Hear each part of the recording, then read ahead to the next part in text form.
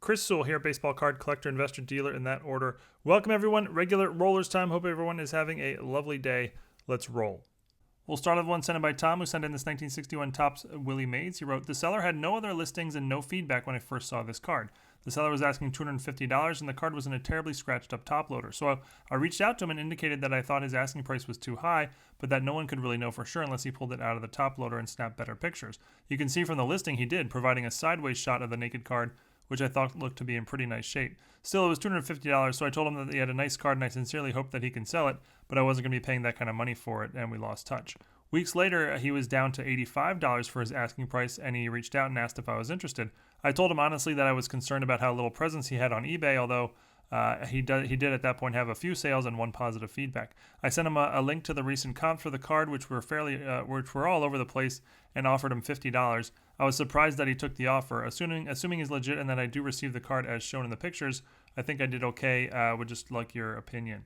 Yeah, I mean, I basically agree with everything you said. For $50 here, this card looks to be a nice buy. I would, there's always a risk when you're buying from a seller with no feedback, and when you're buying vintage cards raw. But at $50, I would say this is probably a calculated gamble worth taking. Here's a nice collector project sent in by Sam. He wrote, "Even though I started collecting in 91, I had no idea the importance of the 93 Topps Finest set.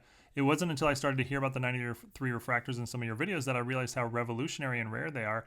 I became very curious and checked eBay for any Cleveland Indian refractors since that's my team. I found a Carlos Baerga for a good price and pulled the trigger. After I received the card, I was instantly enamored with its uniquely original rainbow shine.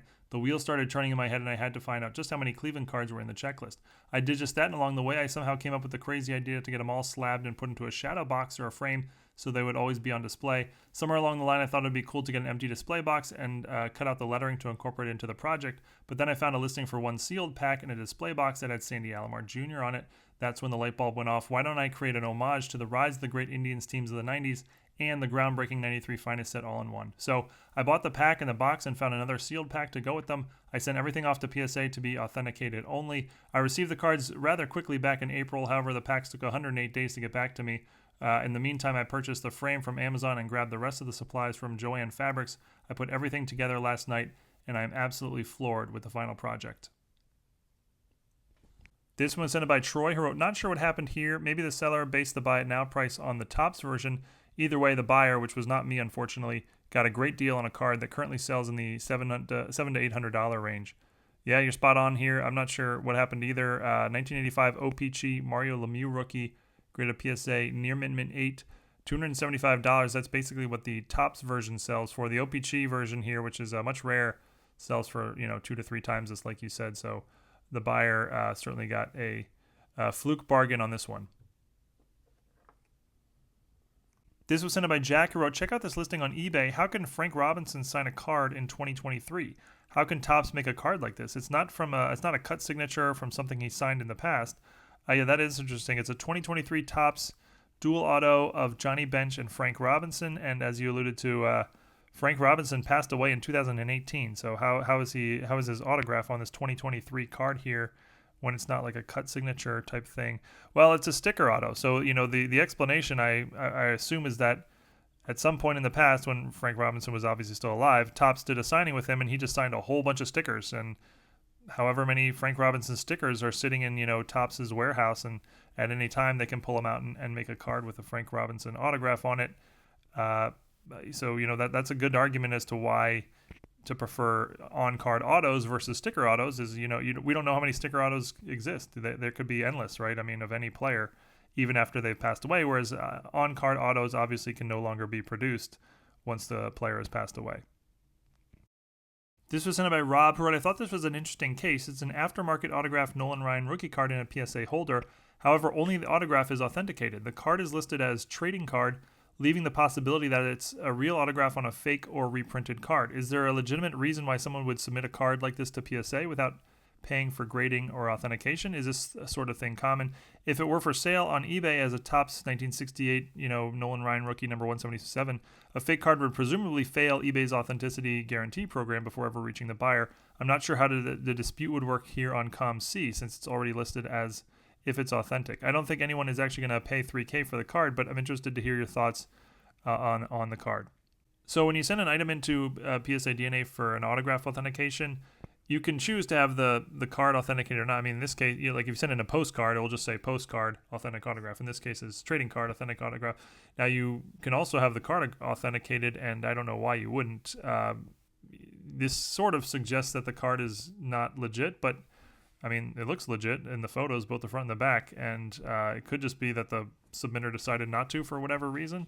I don't know beyond that, but I would say, by the way, very cool autograph and inscription. But I would say, PSA should make this clear. Like, I agree with you. Like, when you look at the title of the PSA label, it's not really clear. Is this card legit, not legit, or maybe legit? And the answer, as we look at it, is maybe legit, but it feels like, that's not clear to, it's not even clear to me, and it's not clear to, certainly wouldn't be clear to sort of, newer collectors. So PSA should figure out a way to make that more clear, in my opinion. This was sent by Corey, who wrote, as you know, there are many variations of the 1989 Fleer Billy Ripken error card.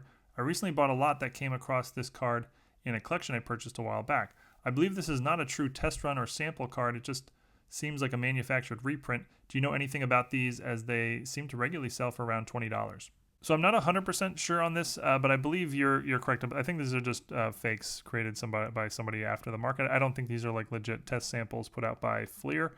But again, I'm not 100% sure on that. That's just my understanding of it. This one was sent by Peter, and it's a vintage lot that he's purchasing for breakup value. And yeah, this is absolutely the kind of lot I used to love to buy, and I would have loved to buy this one at $163 here. You can see the first page. You got a 71 Clemente in the upper right and a 71 Mays in the middle left. Those two cards alone get you probably close to $100, and there's other goodies on this first page as well. More stars in this second page here. There's another Clemente 71 in the upper middle. Sorry. There's Johnny Bench, Pete Rose, other stars. More goodies. Johnny Bench. I mean, this lot is just loaded. Frank Robinson, high number, upper right in 71.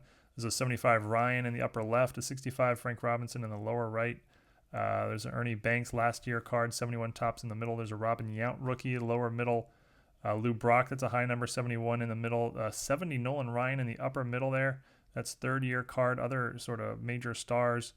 72 tops traded Joe Morgan in the left middle. There's a 64 Koufax down middle. This was a great lot at this price. Now, nothing is said in the listing about condition. So in theory, they could all have back damage or something like that. But assuming they're reasonably close to the condition they appear to be in, VG or better, I think you made this is a fantastic deal at $163 or $200, let's say, all in with tax and shipping. This one was sent by Rich, who wrote, here's a small win for my Ichiro PC.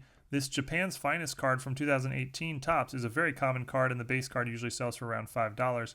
As this one was ending, I noticed that the high bid was in line with comps for the base, but that the photo had a similar finish to the rainbow foil variation, which the last copy sold for $50.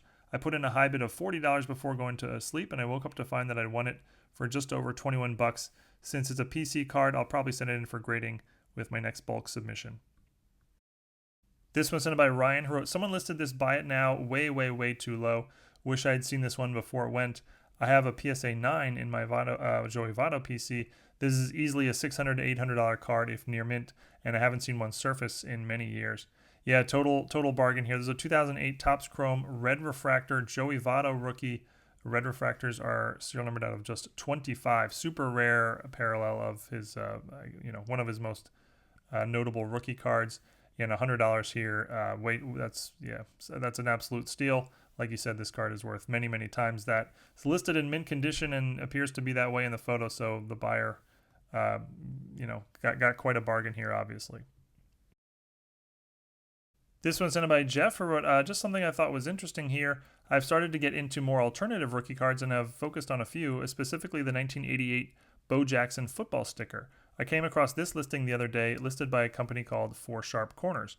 You can tell the centering is off, and you can see the white tips on at least 3 of the 4 corners. I compared this side by side with a PSA 8 that is also listed by someone else, and the 8 appears to have identical centering and sharp corners.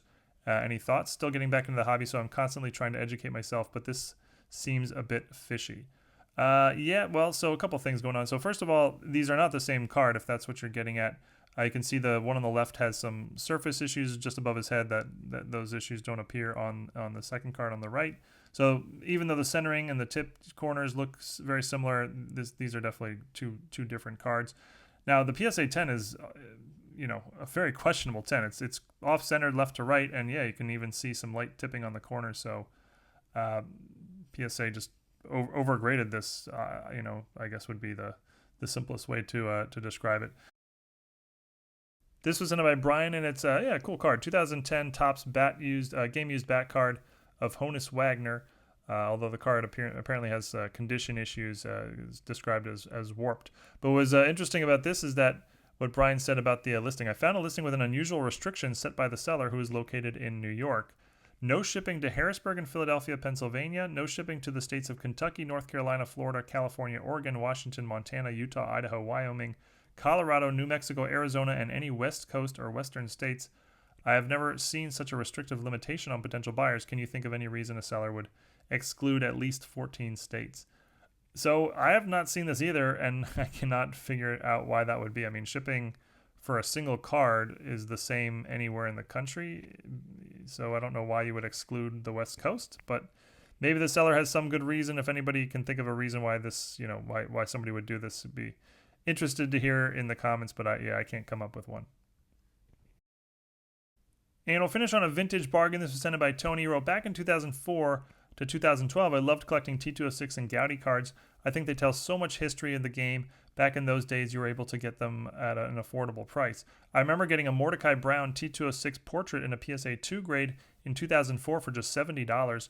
Looks like on eBay now you can't find one for under $700, and very rarely do sellers list these at auction, so most are buy it now today. Anyway, not to ramble on, but I came across this Dazzy Vance 1933 goudey in a PSA 1, recently graded, but years ago this probably would have graded a 2. I put in a bid in the last 15 minutes and sure enough won it for $69 before tax and shipping. Great card to add to my collection of a Hall of Famer at a price that takes me back to the early to mid 2000s. Yeah, I put this at the end here, considering it's sort of a vintage bargain. Yeah, you got a Hall of Famer here, a 90-year-old card. It's a PSA 1, but it's a very respectable PSA 1, and $69. I mean, to me, that's a fantastic way to spend $69. But that's it for this week's Regular Rollers. Thank you, everyone, for watching, and thank you, everyone, for all the great submissions. Thank you, everyone, for eating your vegetables, and thank you, everyone, for allowing the Force to be with you. Whether you're high or regular, keep on rolling. Thanks, everyone.